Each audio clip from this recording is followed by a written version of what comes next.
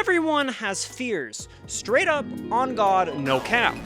But I think there's one that trumps them all, and it isn't spiders, it isn't heights, and it's definitely not your local Pokemon scalper on a Black Friday, although it's getting scary out there, you know? You gotta get a full fucking riot shield just to be able to get one EBT box, but no. The thing that I'm scared of shakes me to my very manly core, that a sweaty gamer LARPer could never.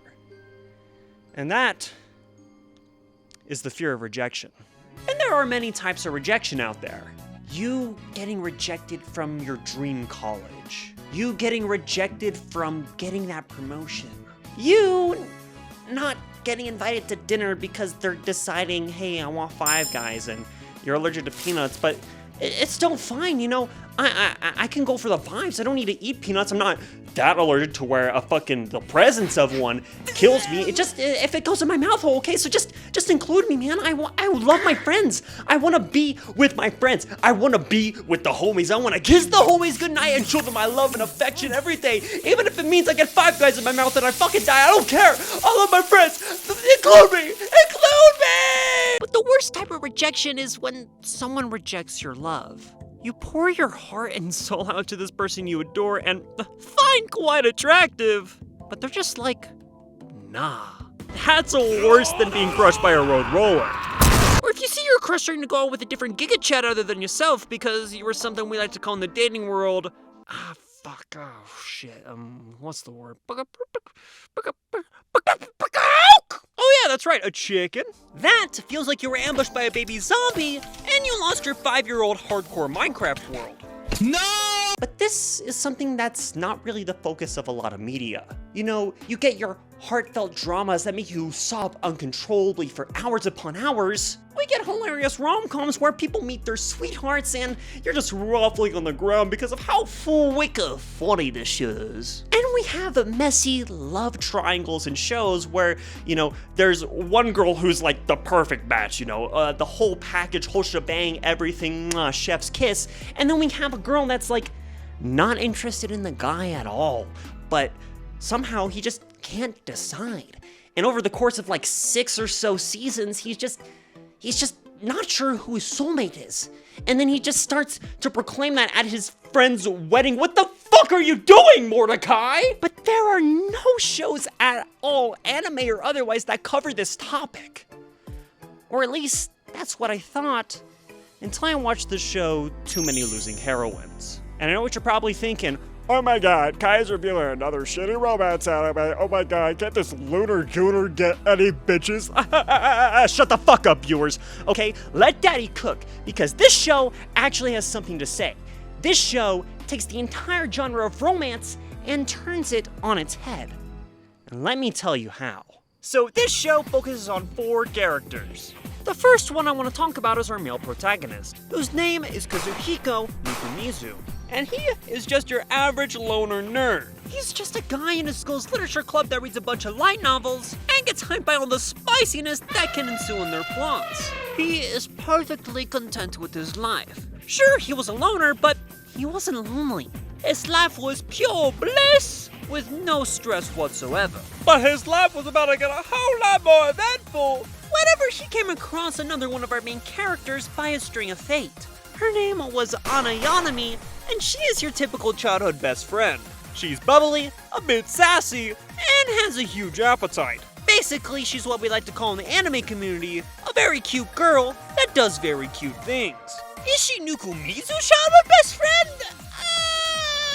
No.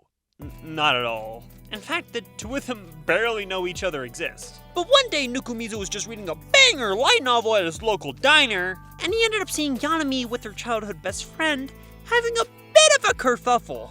And by a bit, I mean it was basically just a whole scene. So here's the TLDR.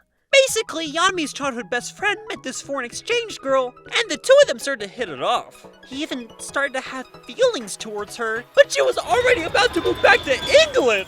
He was torn about what to do, but Yanami was actually encouraging towards him. She wanted him to go see her because that's what she thought the girl that he was into would want.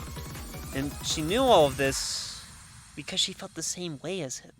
She was into him, but she knew that his heart was enchanted by another girl. And because she loved him, she wanted him to be happy. That's why Yanami wanted him to go to her.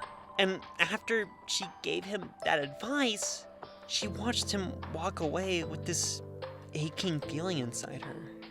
Basically, Nukumizu witnessed what happens to every blue-haired anime girl accidentally, and he witnessed something even crazier whenever she started sipping on the straw of his drink, basically receiving an indirect kiss from him, which is insane.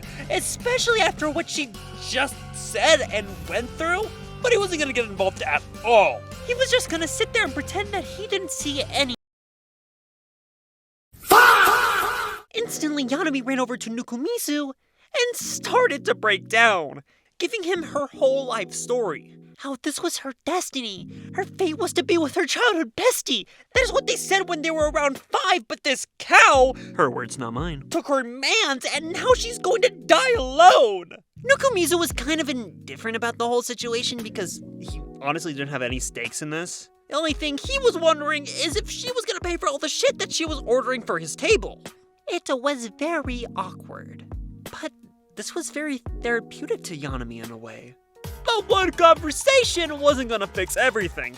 In fact, she was still seething from the sight of seeing this homewrecker. Her words, not mine. So because she had a lot of things that she definitely had to unpack so that she doesn't murder somebody, and because she kind of forced Nukumizu to drain his bank account for all the food she ordered during her manic episode, the two of them started eating lunch together so that Yanami could vent out her frustrations, and so that Nukumizu could maybe get some kind of payment back from her by having her make him some cute bentos. And while the two of them were slowly becoming friends, the two of them got introduced to our third main character, Lemon Yakisho. She is the sporty tomboy next door that you would fall head over heels for after she beats you in a race in elementary school, because she is basically the cute, bubbly waifu version of Usain Bolt.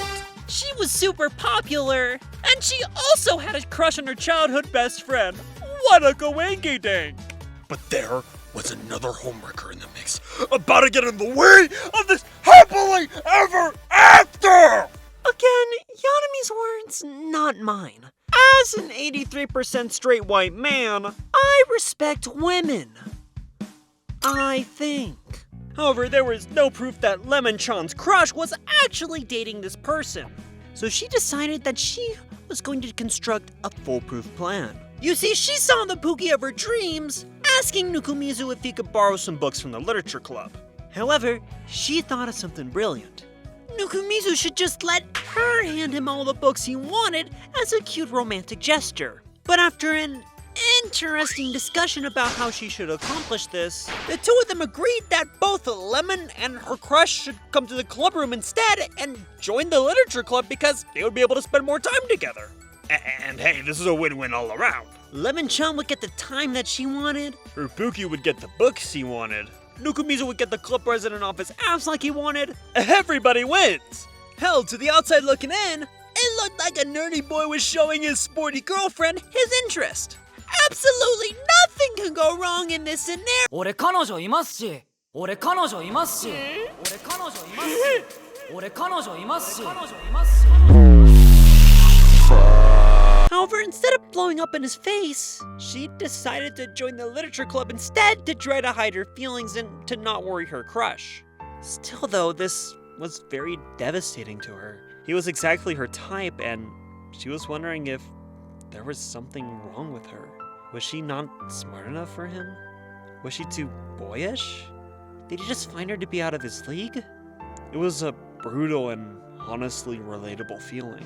So relatable, in fact, that Yanami was going to be there in her time of need. In fact, she took her to a place that would get anyone out of a tough spot. The same place where she got rejected. And despite the weird choice of place from Yanami, Lemon started to feel comforted.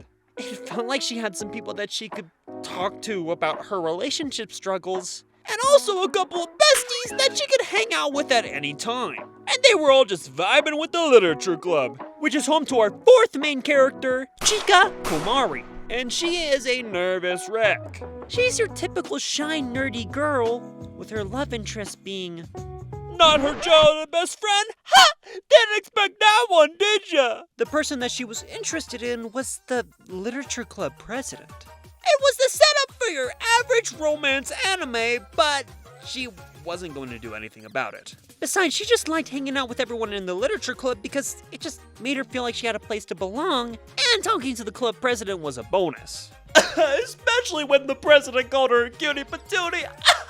Oh, shit. And it was about to get a whole lot better because they were going on a beach trip for the literature club to do some writing experiments or something like that.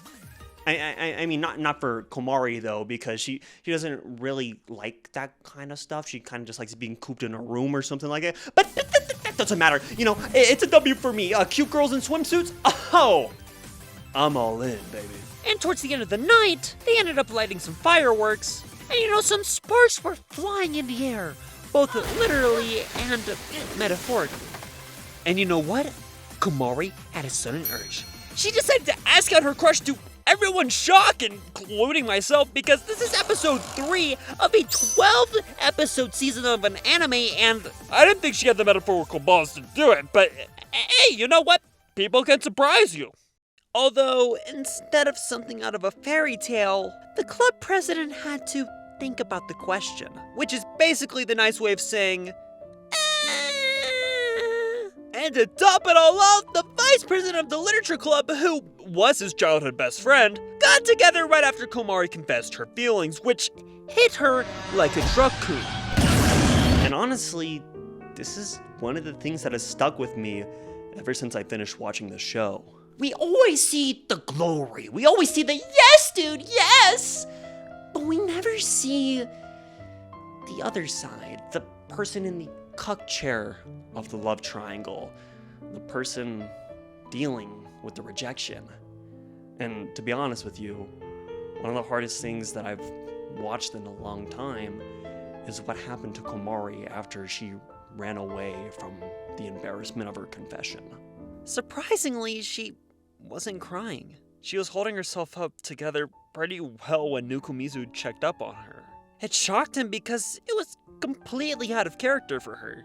She would be a blubbering mess from the slightest inconveniences, but she was fine after probably one of the most traumatic things she's experienced in her life. In fact, she was smiling. In the moment, she was actually happy for a second. Whenever she asked him out, it felt like she made his heart skip a beat. It made her happy because he actually entertained the possibility of him wanting to be with her. And while this thought is awesome, in retrospect, the pause he gave made her hurt even more. It was a false hope, and she knew that her dream wasn't something that could come to fruition. He was going to graduate. He was going to move on to the next chapter of his life, and she wasn't going to be there to experience it with him.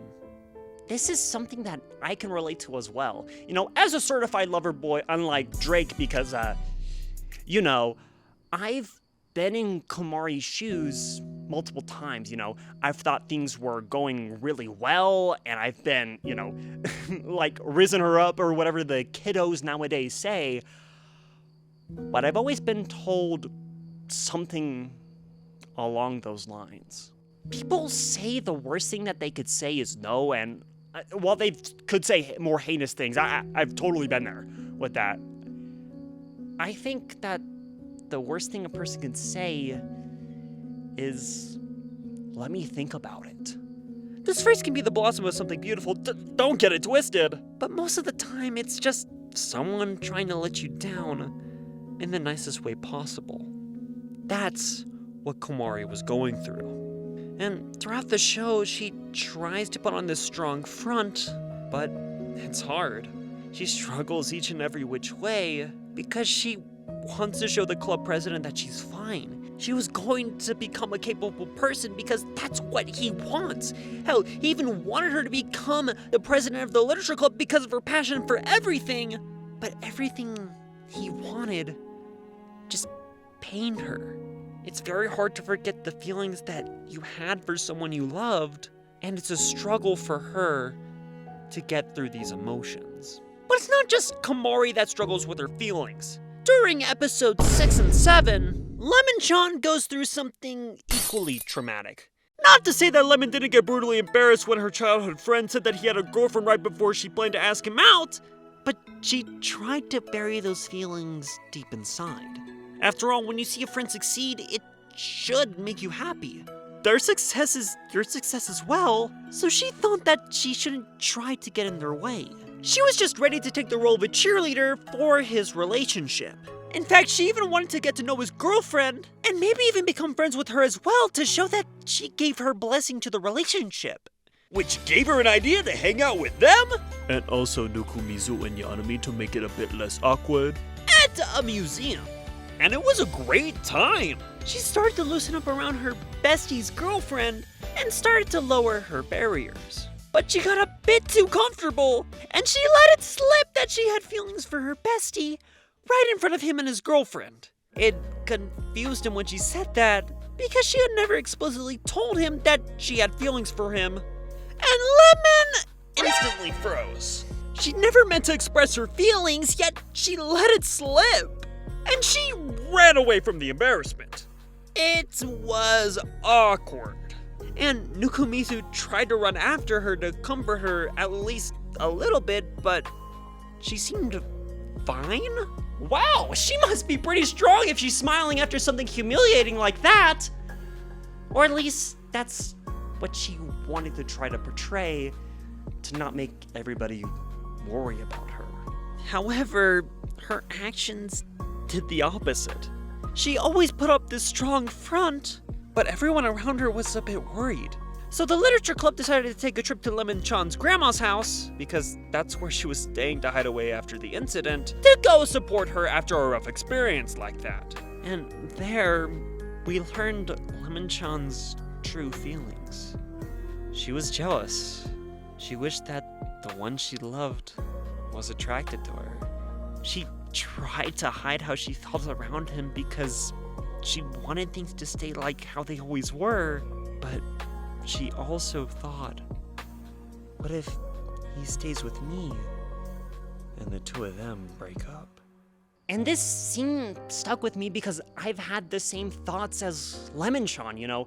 I've been friends with somebody that I thought was, you know, really cool, really attractive and things like that. And I started to get close with them, you know, and I confess, you know, she rejected me, whatever, the whole shebang. It's fine, I can get over that. I'm a tough, manly guy.